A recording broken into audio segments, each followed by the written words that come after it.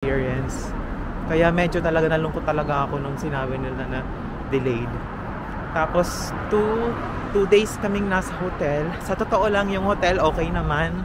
Wala akong masasabi. Pero yung parang ang nangyari kasi is dinump na lang kami doon. Alam mo yun, para kayong inabando na. Guys, ito pala yung tinatawag na plum blossom. Yan o. Bulaklak din siya. Pero plum naman. Ganda, no? Daanan natin ng picture.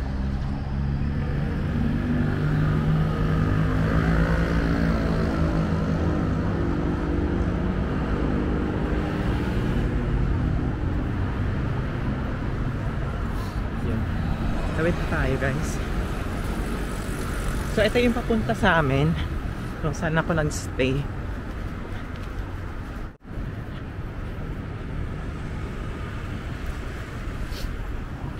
Common dito sa Japan, syempre, alam nyo naman yon, di ba?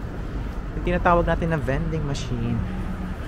Sa pagkakaalam ko, much better kasi na magtayo na lang ng vending machine kaysa mag-upa pa ng pwesto para sa mga beverage na ganyan. Ngayon, may dalawang klase kasi siya. Yung isa kulay blue, yung isa kulay red. Yung red, para yan sa hot. Yan. Pag red. Pag blue, cold naman yan. Ganun lang yun. Tapos ipapasok nyo lang yung pera nyo dyan. Gusto magsusukli yan. Tapos mahuhulog na lang dito yung in-order nyo. Ganun siya. At least, may natutunan kayo, di ba? Dito rin very common kapag gabi. Kung gusto nyong makakuha ng mga gamit. Yan, lakad-lakad lang kayo dito. Nakakalat yan. Halimbawa yung mga ano natin,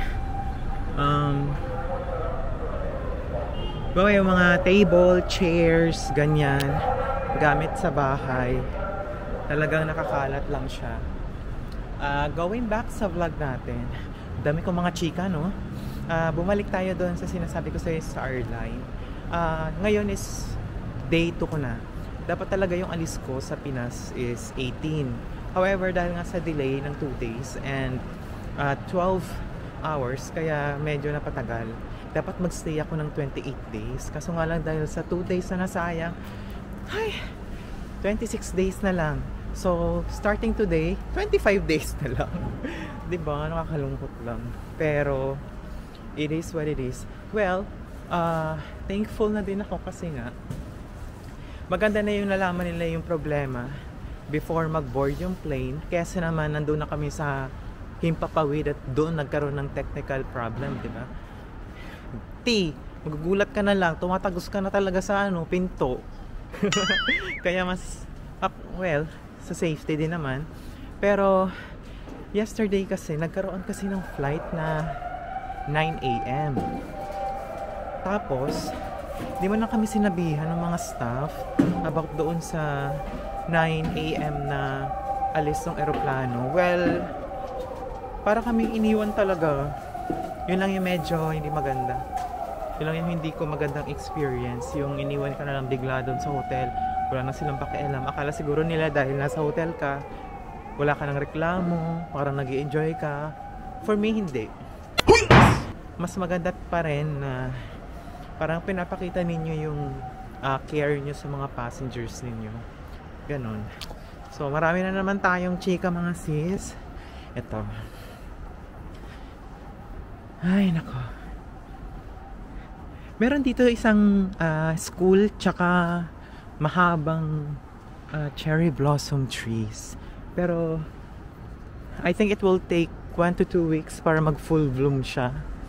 Kaya hindi pa talaga natin siya masisilayan mga sis. Okay? So, itong nilalakaran natin, papunta siyang Yokohama Station or Yokohama Eki. Dito, wait lang. I think ito is a cherry blossom din to. As of now, pausbong pa lang siya, oh. Yan. Spring lang pala, kalbo yung puno. Pero kapag, halimbawa, mga summer, autumn, spring, tapos winter, makapal yung ano niyan, mga puno, tsaka yung ano niya, leaves or dahon. Ayan. Totoo naman na may koi fish dito. Yan yung ilog nila dito. Malinis talaga, kasi mini-maintain nila yan. Nakakita na rin akong ano dito, pagong. Tsaka koi fish. Madami. Pero hindi naman yun nakakain, no? At wag nyong balakin. Eme. Ayan. So, diretso lang tayo sa ating vlog for today. Kung bago ka pa rin sa channel ko at nakita mo itong vlog, please like and subscribe. And then, kung gusto mo naman ma-update sa lahat ng upload ko, click mo na rin yung notification bell. Diba? Marami tayong mga adventures sa pagstay ko dito sa Japan. Before kasi, more on sa walk tour talaga ako. Yung hindi ganito, hindi machika. Ngayon, puro na tayo chika. Kasi nga, sayang kasi yung subscribers ko. 23,500. Kaya, ito todo na natin ang mga ganitong eksena habang andito tayo. Ayan. Pupunta tayo doon sa sinasabi ko sa inyo na bagong linya ng cherry blossom. Marami kasi siyang type actually. Pero meron talagang isang cherry blossom na napakaganda. Ito, bigyan ko lang kayo ng update. Ayan. Ito yung pupuntahan natin ngayon. Ayan. Sakura. Ayan. Itong place na to, ayan yan. Mamaya, pakita ko sa inyo. Yan. Ayan mga punong yan, cherry blossom yan. Yan. Bigyan lang natin sila ng mga 2 to 3 weeks. Magbo-bloom na yan. Babalik tayo dito kasi malapit lang naman ako dito. Bibigyan ko kayo. Sobrang ganda daw talaga ng cherry blossom. Lalo na yung mga nakikita nyo na lang na parang yung bulaklak, natatanggal siya sa sa mismong sanga. Kaya happy talaga ako at medyo nakapunta naman na tayo at the spring season dito sa Japan. Yung sa immigration pala, explore ko ba sa inyo? I think pag may travel ka na talaga, hindi naman sila mahigpit. Alam mo ba, ang tinanong lang sa akin, pareho lang sila nung immigration ko. Kasi nga diba na-delay ako ng flight. So, pangalawang immigration officer na yung nag-interview sa akin. Ang unang-unang tanong is kung anong relationship ko doon sa nag-invite sa akin, which is my boyfriend. Sabi ko sa kanya, boyfriend ko po, life partner. Kaya, pupunta po ako sa Japan. And then, ang second is, kailan ang balik? So, April 18th of 2024. So, mga 28 days lang tayo doon. And ang nangyari kasi is, ito pala. Ito, pakita ko pala muna sa inyo yung walkway. Ayan. Ayan, mga sakura trees yan, cherry blossom trees. Ito, so kalbo pa siya. Yan. Ang dami kong mga eksena, no? Tayo doon sa sinasabi ko sa inyo. Wait. Pakita ko muna sa inyo yung puno ng, ano pang tawag dyan? Alam niyo dito, hinahayaan lang yung ganyan. Ay naku, day. Pag sa amin yan, bukas, mamaya, wala nang bunga. Dito tingin nyo, oh. Minsan nga, nakakalat lang sila yan sa mababang tangkay ng puno. Pwede nyong hablutin anytime na gusto nyo. So, going back doon sa immigration, sobrang mait nila, actually. Tapos, yung bago sa akin, meron kasing in-interview na hinanapan ng financial support, ganyan, kung meron silang pera, pang travel, ganon. Basic lang naman yung mga ganon, di ba? And then, tapos, pag ganon, pag single, yung self-support ka na tourist, kailangan naman talaga yung ganon. Ito pala yung mga cherry blossom din dito na, yung pinakita ko sa inyo kanina. Yan. I think hindi pa siya full bloom. Ayan. Meron dito puno na literal talaga na cherry blossom. Yun talaga yung totoo. Ay, totoo, no? Ibig ko sabihin, yun yung nakikita natin sa mga pictures. Mamaya, ipapakita ko sa inyo. Malapit lang naman siya. Doon lang siya banda. Pakita ko yan. Pero as of now, ito muna. Maliliit pa lang yung mga bulaklak nila. Hindi pa talaga ganoon. Pero I think after mga 3 or 5 years, makapal na yung mga tangkay niya at talagang plakado ng mga bulaklak ng cherry blossom. Ayun, so di naman ako nahirapan doon sa dalawang immigration officer. Ang pinaka-importante kasi doon is talagang nakita nila doon sa passport ko na bumabalik naman talaga ako. Ito yung sinasabi ko sa inyong totoo, na talagang cherry blossom talaga. Ito yung nakikita nyo sa mga postcard. Ito, pakita ko. Ayan. Ayan o. Diba yan yun? Ganitong klaseng cherry blossom. Ayan o. Diba? Closer look.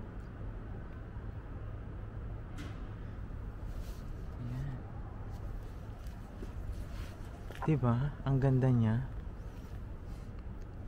Ano natin ang picture? Doon banda eh. Andali. Ano tayo? Tatawid tayo sa kabila. Mas maganda dito. Sandali. Dito tayo.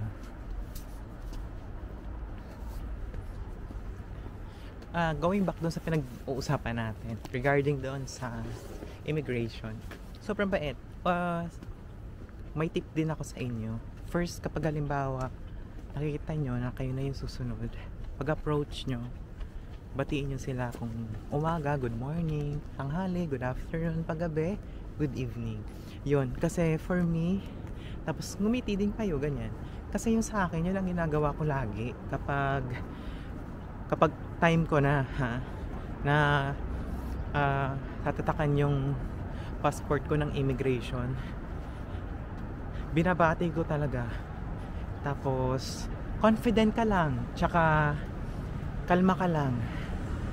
Lahat ng tanong sagutin mo. Huwag ka masyadong mag-exaggerate, or kung ano lang yung tanong, yun lang sagutin mo. Huwag ka ng maraming mga paliwanag, kasi parang iisipin nila kinakabahan ka. Yun ang experience ko sa immigration. Kaya yun ang isa sa mga tip na ibinibigay ko sa inyo. Ay, saya. Tingnan nyo oh.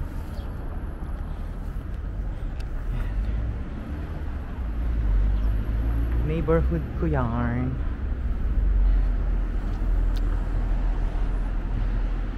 Tingnan nyo guys, may cherry blossom din dito oh. Malapit lang. Ang saya.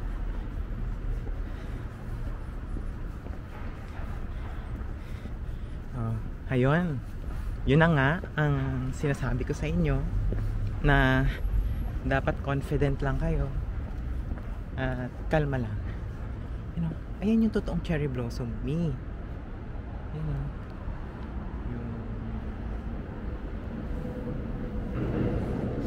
yung bulaklak, ganyan siya.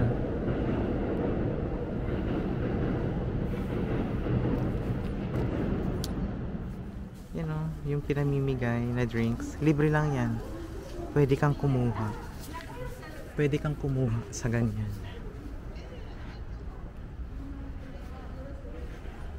Ito yung mga cherry blossom trees ulit. Akala ko may ano na siya. May mga flowers. Wala pa pala. Parang ano pa lang siya. Yan, ganyan. Yan o. Hintayin lang natin mga 1 to 2 weeks. Babalik tayo dito. Ito naman yung kanina din, yung plum blossom eme. You know. Diba? Parang too good to be true yung mga itsura nila dito. Ganda. Oh my God. Kaya sabi ko talaga, kapag pumunta ko ng Japan, iba-vlog ko talaga para makita nyo din kung gaano siya kaganda. Ayun. Well, marami tayong itinerary na kailangan gawin. Maimimit din akong friend na nakapangasawa ng Hapon at dito na din siya tumira. Yun, imimit ko din yun. Tsaka may isa rin akong tita-titahan dito. Imimit ko din siya para maibigay ko din naman yung ipinasabay sa akin. We're heading at Tobe Station. Sa Tobe, magtatap up ako ng, ayun nga yung sa beep card. Yun ang aura natin. After nitong vlog na to, doon tayo pupunta.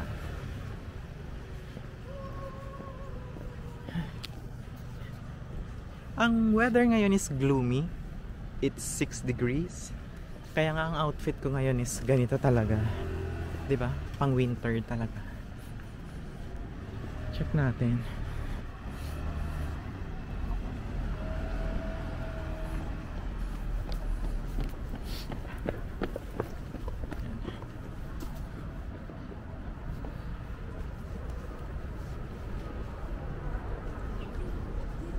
Saan nga ba yung Tobe? Parang lumampas na ata. Yun. Lumampas na ako.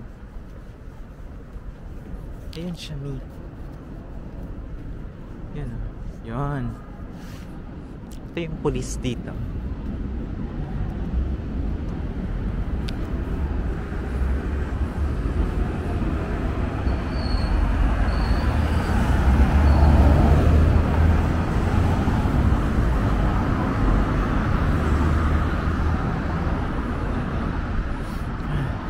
Magta-top up kasi ako ng paso. Kaya doon ang aura natin. May 7-Eleven din dyan kung nagugutom ako. Pero as of now kasi hindi pa ako nagugutom, to be honest. Kasi nga kumain kami ng beef kagabi ni Afam. Kaya hindi pa ako nagugutom. Yun ang maganda kapag beef ang kinakain. Bukod sa healthy, matagal kasi siyang matunaw sa tiyan, diba? Kaya medyo hindi ka ba nagugutom. Ito yung sinasabi ko sa inyo, 7-Eleven. Yan. Tsaka bibili pala ako ng warmer, yung leggings, para hindi naman ako nilalamig.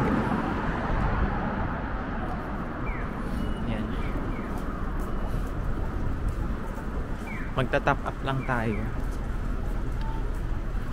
Turo ko na din sa inyo para if makapunta kayo dito sa Japan, alam nyo na yung gagawin nyo. Top up lang naman siya. Binigyan niya kasi ako ng pera para pang top up.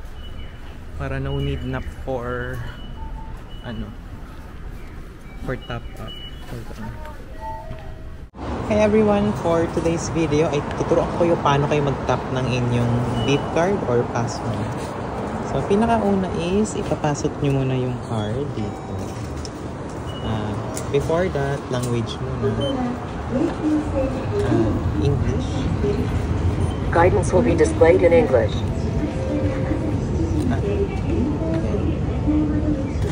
And then charge. Card balance ko is 2,200. Tapos ikutin natin yan. Tapos ipapasok natin yung kaperahan dito. Isang lapad. Yan. Tapos kina-charge na siya. Ngayon pipikatin mo yung sukle. Yan. Okay na. Ayan na yung bagong balance ko, 7,219. Ganun lang. Thank you.